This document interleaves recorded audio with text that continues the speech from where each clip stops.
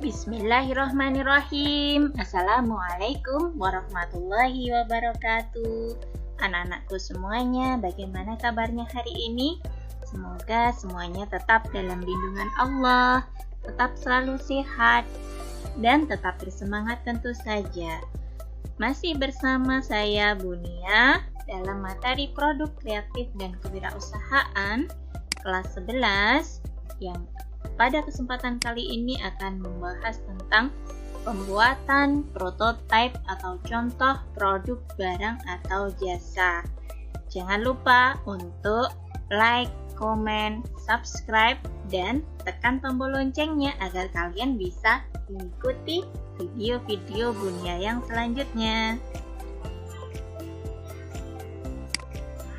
Kompetensi dasar materi kita kali ini adalah yang pertama, mengurutkan proses kerja pembuatan contoh produk barang atau jasa. Yang kedua, menerapkan proses kerja pembuatan prototipe produk barang atau jasa. Yang ketiga, menyusun jadwal kerja pembuatan contoh atau prototipe produk barang dan jasa. Yang keempat, membuat prototipe produk barang dan jasa.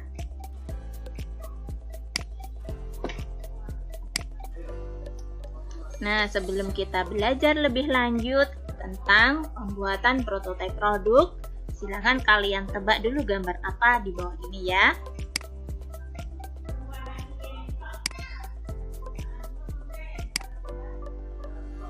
Bagaimana? Sudah dapat kesimpulannya? Betul sekali. Jadi ini adalah gambar contoh produk buatan teman-teman kalian dan juga kakak-kakak kalian yang ada di tingkat perkuliahan. Ini ada gambar lampu LED, ada gambar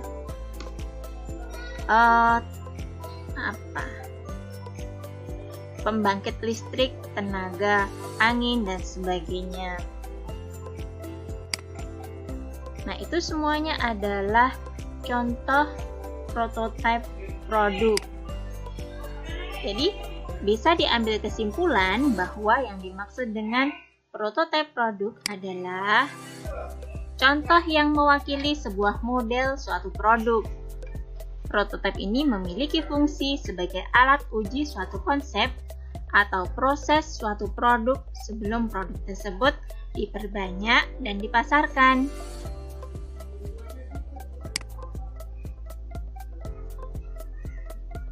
Lalu, bagaimana sih pembuatan prototipe produk ini? Nah, untuk pembuatan prototipe produk ini tentu saja ada langkah-langkahnya. Langkah yang pertama adalah menuangkan ide produk pada selembar kertas. Jadi ini kalau kalian jago gambar, maka kalian juga akan mudah untuk membuat desainnya. Nah, membuat desain di kertas dulu jadi yang pertama ya.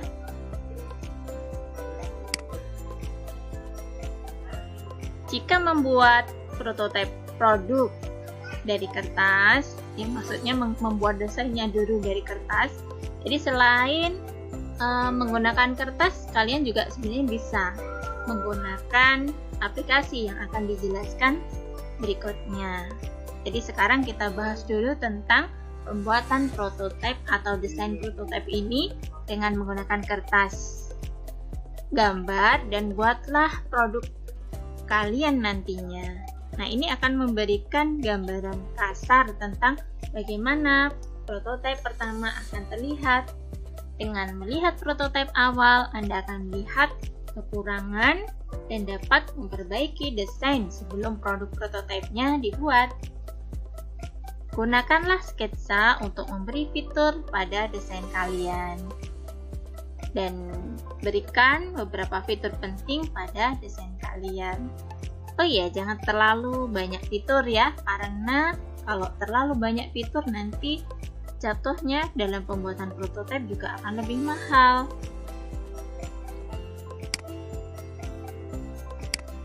Langkah yang kedua adalah desain dengan bantuan komputer.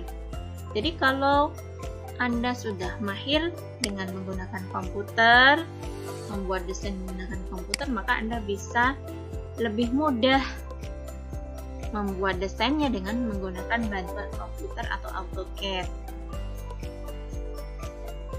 Membuat desain dengan bantuan komputer ini memiliki banyak kelebihan, ya.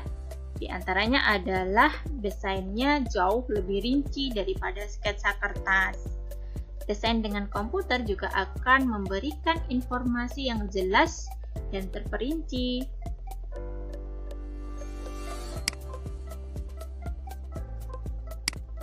Langkah yang ketiga adalah prototipe buatan tangan dari desain Anda. Jadi, Anda nggak harus membuat prototipe ini langsung sempurna begitu, tidak harus seperti itu. Jadi Anda bisa membuatnya dalam bentuk yang sederhana terlebih dahulu, asalkan rapi dan bagus. Nah, kelebihan dari prototipe buatan tangan itu adalah biayanya lebih murah tentu saja, karena Anda bisa membuat sendiri, memilih bahan-bahan sendiri, meskipun hasilnya mungkin belum mencapai sempurna, tetapi ini tidak masalah ya. Sekali lagi, tidak perlu sempurna, tetapi perlu dibuat rapi dan menunjukkan ide orisinil Anda.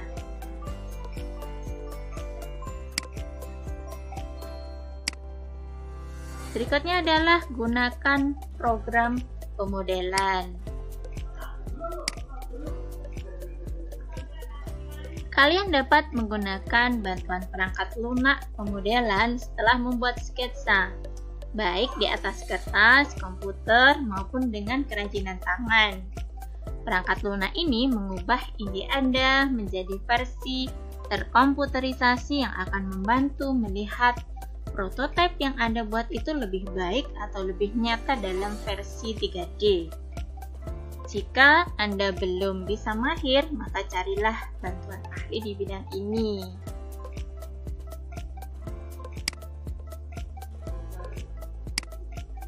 Langkah yang kelima adalah mencari pembuat prototipe yang cocok.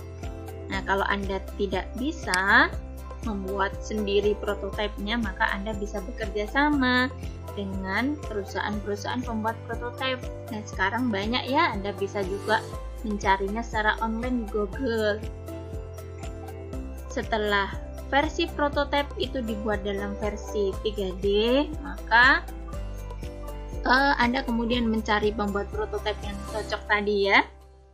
Nah, hal terpenting dalam pembuatan prototipe ini yang harus Anda perhatikan adalah biaya tenaga kerja, percetakan, dan juga perakitannya. Carilah pembuat prototipe yang tepat untuk semua kebutuhan Anda. Jadi Anda harus mendiskusikan setiap detailnya dengan mereka, termasuk bahan yang dibutuhkan dengan jumlah biaya yang Anda mampu. Nah, sehingga pihak pembuat prototipe itu akan menyesuaikan dengan budget yang kalian miliki.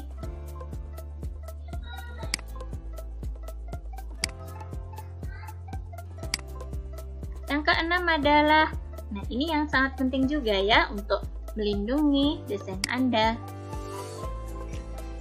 Saat Anda berkonsultasi dengan perusahaan pembuat prototipe, maka bicarakan tentang keamanan desain Anda. Nah, Anda dapat membuat perjanjian agar konsep atau ide produk Anda aman, tidak dibocorkan keluar, dan tidak dicuri agar nanti dapat dilanjutkan dan mendapatkan hak paten atau hak kekayaan intelektual untuk penemuan Anda. Nah, prototipe yang terlihat bagus, terlihat baik, rapi, itu tentu saja akan lebih mudah dijual kepada calon pembeli atau investor.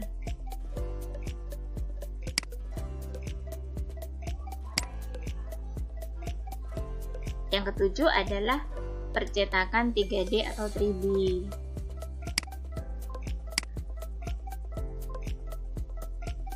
Nah, untuk mencetaknya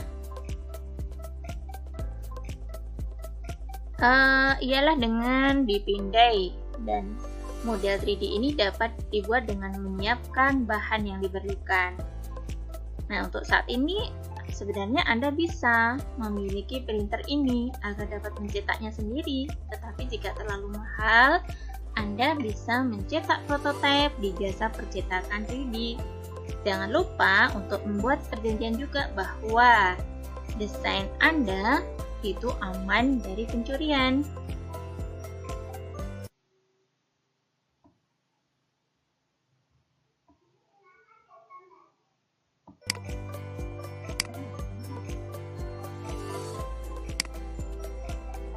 Yang kedelapan, nah, ini yang sangat penting juga ya, masalah terkait dengan pendanaan. Kalau Anda sudah punya dana, tentu saja tidak bermasalah. Tetapi kalau dana Anda masih belum cukup, maka Anda bisa mencari investor untuk pembuatan prototipe Anda. Cara pertama yang bisa kalian lakukan, yang bisa Anda lakukan adalah dengan menawarkan kepada teman atau keluarga untuk mendapatkan dana tambahan permodalan. Nah, jika teman atau keluarga Anda tidak sanggup menambah permodalan, maka Anda bisa menawarkan prototipe produk Anda kepada perusahaan agar bisa diproduksi menjadi produk yang sesungguhnya dan kemudian diproduksi secara massal.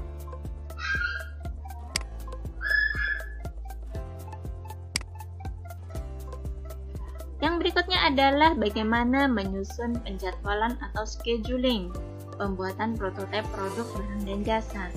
Nah, untuk proyek apapun, penjadwalan ini sangat penting ya, agar pelaksanaannya nanti bisa dilaksanakan secara efektif dan efisien.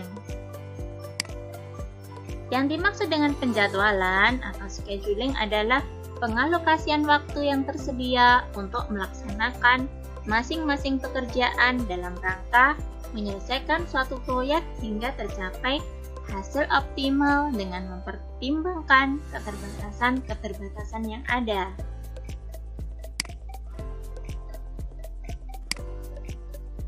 Teknik dalam penjadwalan atau scheduling ini ada dua, ada penjadwalan maju atau forward scheduling, yaitu teknik penjadwalan yang menentukan waktu mulai dari produksi terlebih dahulu atau start, kemudian menghitung jadwal waktu ke depan atau maju untuk setiap kegiatan proyek agar dapat menentukan waktu penyelesaian keseluruhan prosesnya.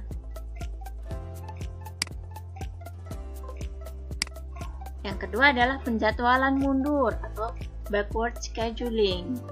Penjadwalan mundur atau backward scheduling adalah teknik penjadwalan yang menentukan waktu kapan suatu produk dibutuhkan atau waktu kapan suatu proyek harus diselesaikan. Dari waktu penyelesaian atau waktu kebutuhan tersebut, kemudian dihitung mundur waktu yang tepat kapan suatu proyek harus dimulai atau start.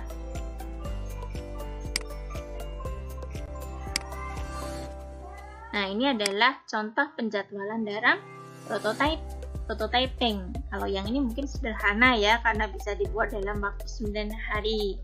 Mulai dari pengumpulan kebutuhan, 1 hari tanggal 1 Januari ya, membangun prototipenya tanggal 2, 3, dan 4, evaluasinya tanggal 5, 6, menguji produknya tanggal 7, evaluasi produk tanggal 8 Januari, dan menggunakan produknya pada tanggal 9 Januari. Dan untuk penjadwalan ini tentu saja disesuaikan dengan kerumitan dan juga tingkat kesulitan dari produk yang akan Anda buat prototipenya.